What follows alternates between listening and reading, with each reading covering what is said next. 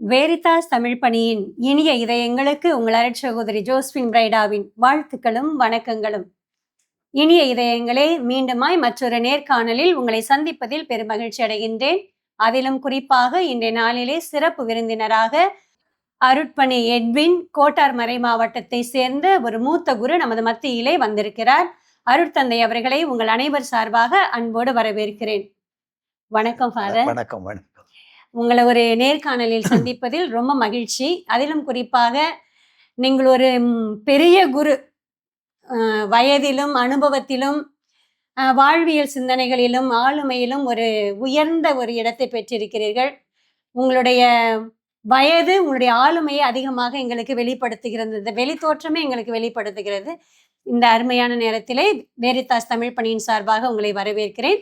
முதல் கேள்வியாக, ஏறக்குறைய 56 ஆண்டுகள் நீங்கள் அருட்பணியாளராக இருந்திருக்கிறீர்கள். இப்பொழுது உங்களுக்கு 81 வயது என்றும் நீங்கள் முன்பு எனக்கு கூறினீர்கள். இதை குறித்து, இந்த அருட்பணி வாழ்வு குறித்து ஒரு சில பகிர்வுகள் ஃபாதர். இந்திய அருட்பணி வாழ்வுன்னு சொல்லினா, வழக்கமா நான் என்னுடைய குருத்துவ படிப்பு அது 23 வயசுல எனக்கு முடிஞ்சிருச்சு. நான் பார்த்தேன், இது குருவாகிறதுக்கு டூ யங் ஆன் ஏஜ், ரொம்ப வயது பத்தாது அப்படின்னு நான் 2 வருஷம் தள்ளி போடுற சமயத்தில் அந்த டைமில் பெரும்பாலும் என்ன செய்கிறேன்னா 2 வேலை முக்கியமாக செஞ்சேன். ஒன்று தலைமை பயிற்சிகள் நடத்துறது, 2வது ஊடக பயிற்சி நடத்துறது. இந்த ஏதாவது பெரிய அகாடமிக் ஒரு இன்ஸ்டிடியூஷன் இல்லை, கிளப்ஸாக கூப்பிட்டு வாரம் கிளாஸ்கள் நடத்தி அப்படி வரணும். அப்போ ஊடக பயிற்சி, பிறகு தலைமை பயிற்சி பெரும்பாலும் இதுலேயே போயிட்டு இருந்தது. பிறகு குறிப்பிட்டத்துக்கு பிறகு ஒரு 4 இடங்களில் உதவி துணைக்குருவாக இருந்தேன். வருஷத்துக்கு ஒரு தடவை மாற்றுவாங்க. அப்படி நடத்தின இடங்களில் பெரும்பாலும் இளம் தொழிலாளர் இயக்கம், பிறகு இந்த மாதா சபைன்னு ஒன்று இருந்தது, அது வேற கிறிஸ்தவ வாழ்வு சபைன்னு உள்ள கொண்டு போகிறது. இந்த கிறிஸ்தவ வாழ்வு சமூகம் CLC. அடுத்ததா என்ன, இந்த OICS மறை மாவட்டத்தில் பல ஊர்கள் அறிமுகப்படுத்துறது. பிறகு ஊடக கருத்தரங்குகள். ஏன்னா அந்த டைமில் நான் ஒரு ஊடக பைத்தியம்னு சொல்லுவோமே, அது போகிற இடங்கள் எல்லாம் ஊடக கருத்தரங்கு எல்லாம், அதே மாதிரி எழுத்தாளர் பயிற்சிகள் நடத்துகிற, இந்த மாதிரியாக போயிட்டே இருந்தது. இது முடிஞ்ச பிறகு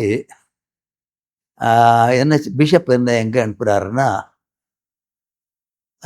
பிலிப்பீன்ஸில் கிழக்காசிய மேய்ப்பு பணி நிறுவனம், ஈஸ்ட் ஏஷியன் பாஸ்டர் இன்ஸ்டிடியூட், அங்கே 1 இயர் பயிற்சி. அதை தொடர்ந்து மணிலாவில் யூனிவர்சிட்டி ஆஃப் த பிலிப்பீன்ஸ்னு ஒன்று இருக்குது, அரசு பல்கலைக்கழகம். அதில் 2 வருஷமா பத்திரிகை துறையில் முதுகலை பட்டம் அப்படின்னு ஒன்று. அந்த டைமில் என்னுடைய ஒரு MA படிப்புக்கு ஒரு ரெக்குயர்மெண்ட்டாக ஒரு புஸ்தகம் எழுதினேன், handbook for editing church news பேப்பர்ஸ்னு. கத்தோலிக்க பத்திரிகைகளை, செய்தி பத்திரிகைகளை வெளியிடுறதுக்கான ஒரு கையேடு, ஆசிரியர்களுக்கான கையேடு எப்படின்னு போட்டேன். அது முடிச்சு இங்கே வந்த உடனே என்னை ஒரு ஊருக்கு அனுப்புகிறாங்க. நான் என்ன நினச்சிக்கிட்டு வர்றேன், MA ஜேர்னலிசம் முடிச்சுட்டு வர்றேன். அந்த துறையில் MA ஜேர்னலிசம் முடித்தவங்க ரொம்ப 1-2 பேர் தான் உண்டு, ஃபாதர்ஸ் மத்தியில் முக்கியமாக. அப்போது பத்திரிகை துறையில் பணி போகும்னு நான் நினச்சிக்கிட்டு வரேன். பிஷப் என்ன பிடிச்சி ஒரு ஊருக்கு அனுப்புகிறேன், பங்குசாமியா. இப்போ வேற 1-2 பிஷப் சொன்னாங்க, ஒருவேளை நீங்கள் பல்கலைக்கழகத்தில் மேலே அந்த கிளவுட்ஸில் இருந்து சிந்திச்சிட்டு இருந்திருப்பீங்களா, உங்களை கிரவுண்டில் ரூட் பண்ணுறதுக்காக அனுப்புகிறாங்களா இருக்கும் அப்படின்னு. அப்போ நான் பார்த்தா அப்போ 1 வருஷம் இருக்குமோன்னு பார்த்தேன். ஏன்னா 1 வருஷம் இருக்கணும் பார்த்துட்டு நான் ஊரில் போனால் சும்மா இருக்க மாட்டேன். என்ன ஒவ்வொன்றா தொடங்கினேன். முக்கியமாக என்ன தொடங்கினேன்னா, அன்பியம் ஒன்று. அன்பியத்துக்கு அந்த டைமில் கிறிஸ்தவ சமூகம்னு. அப்ப அந்த ஊரை என்ன பண்ணேன்னா ஒரு 17 அன்பியங்களா சமூகங்களா பிரிக்கிறோம். ஒவ்வொரு சமூகம் ஒரு 30 வீடுகள். அதை பிரிக்கணும்னா அதுக்கு முன்னாடி உடனே போய் பிரிக்கல, அதுக்குன்னு தயார் பண்ற வகையில வெவ்வேறு பயிற்சிகளை நடத்திக்கிட்டே இருக்கிறேன். அருங்கொடை பயிற்சி. ஏன்னா அருங்கொடை பயிற்சியில ஒரு அட்வான்டேஜ் என்னன்னா அவங்க வாய் திறந்து ஜெபிக்க வைக்கிறது. அது போய் பெரிய பாடா இருந்தது எனக்கு. என்ன இருந்ததுன்னா நம்ம கத்தோலிக்களுக்கு அந்த அந்த டைம்ல எல்லாம் மனப்பாடம் பண்ண மந்திரங்களை சொல்லித்தான் பழக்கமே தவிர வாய் விட்டு தானா ஜெபிக்க. அப்ப நான் பார்த்தேன், இது எப்படி உங்களை பழக்கிறதுக்கு நான் என்னவும் பண்ணேன்னா இந்த பெந்தகோஸ்து சபையில இருந்தே பாஸ்டர்ஸை கூட்டிட்டு வந்து கொஞ்சம் ஜெபங்கள் நடத்துங்களே, ஜெபக்கட்டைகள் நடத்து. அப்ப இதுல எல்லாம் அவங்களுக்கு என்ன வருது, இவங்க பிறகு வேற சம்மந்தமா யார் யாரை கூப்பிட முடியுமோ இவங்களெல்லாம் கூப்பிட்டு என்ன செய்யறேன், மக்களுக்கு வெவ்வேறு பயிற்சிகள் கொடுத்துட்டே இருக்கிறேன். அந்த நான் இருந்த அந்த வருஷங்கள்ல ஏறக்குறைய எவ்ரி ஆல்டர்னேட்டிவ் டேன்னு சொல்லுவோம்ல, ஏறக்குறைய ஒரு நாள் விட்டு ஒரு நாள் என்ன செய்யும், ஏதாவது பயிற்சி நடந்துக்கிட்டே இருக்கும். அப்படி பயிற்சிகள் நடத்தினால எனக்கு என்ன முடிஞ்சதுன்னா இந்த 17 சமூகங்களை தொடங்குற சமயத்துல அதுகளை தானா நடத்துறதுக்குள்ள ஒரு தலைமை சிரம் ஒன்று கிடைச்சிது. அப்போ அதை வச்சுட்டு கொஞ்ச நாள் ஆன உடனே ஒரு 77 போனேன், மே மாதம். ஏறக்குறைய 79 அளவில் எல்லாம் நான் என்ன செஞ்சிட்டேன், அன்பியங்களை தொடங்கிட்டேன். அப்போ அது அன்பியங்களை தொடங்கின பிறகு என்ன செய்யணும்னா ஒவ்வொரு அன்பியத்தில் இருந்தும் ஒரு 5 பேர் அவங்க பிரதிநிதிகளாக எடுக்கணும். அந்த பிரதிநிதிகளாக அவங்கள வச்சுக்கிட்டு ஊருக்குன்னு ஒரு பொது பேரவை அப்படி ஒன்று உருவாக்குறேன். முழு வளர்ச்சி சங்கம். அந்த சங்கத்தை நாங்கள் ரெஜிஸ்டர் பண்ணியிருந்தோம். இந்த சங்கத்தினுடைய இந்த பிரதிநிதிகள் குழு ரெப்ரசன்டேட்டிவ் பாடிக்கு தான் நான் என்ன கூப்பிடுறேன், அதான் ஜெனரல் பாடி. அதுக்கு தான் 5 பேரை கூப்பிடுறேன். இந்த 5 பேரை கூப்பிட்டதுலேயே ஒரு அட்வான்டேஜ் இருக்குது.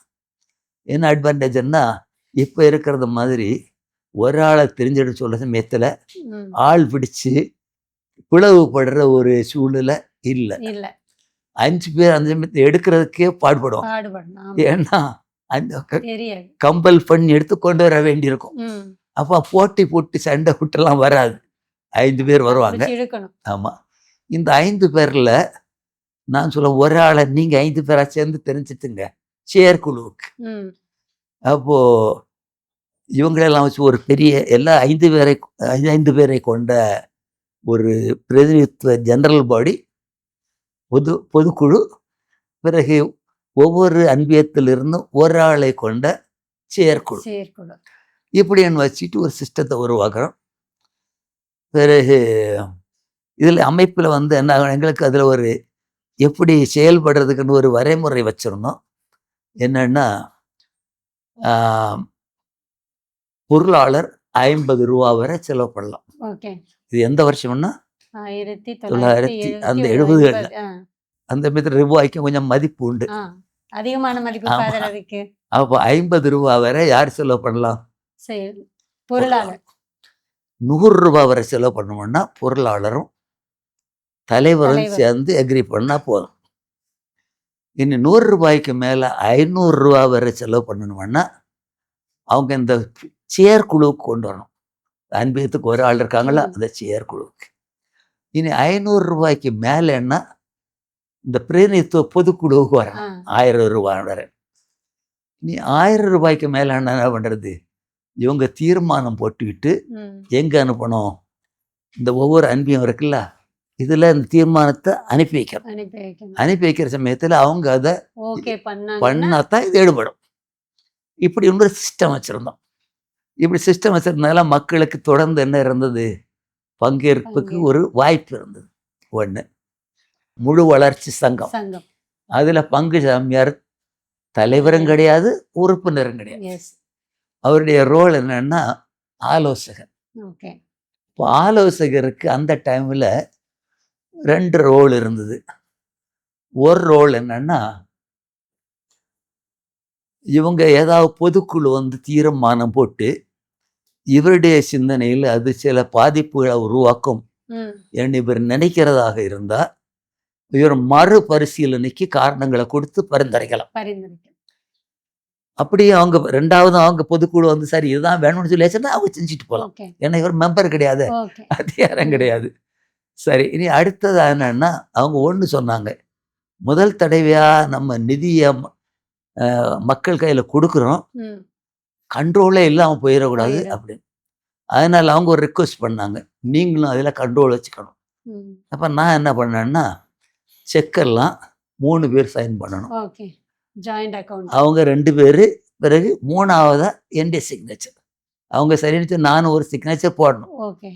அப்போ இந்த மாதிரியா ஒரு சின்ன கண்ட்ரோல் வச்சுக்கிட்டோம். அப்போ இது அடிக்கடி இந்த கூட்டங்கள் கூடும்.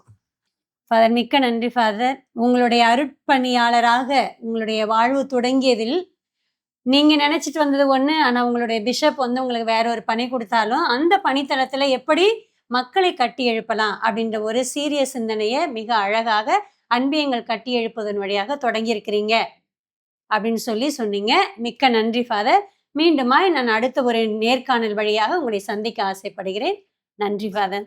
வேரித்தாஸ் தமிழ் பணியின் அன்பு இதயங்களுக்கு உங்கள் அருட்சகோதரி பிரைடாவின் நன்றி. குறிப்பாக அன்பியம் என்றால் என்னவென்று நாம் அறிந்து கொண்டிருக்கிறோம்.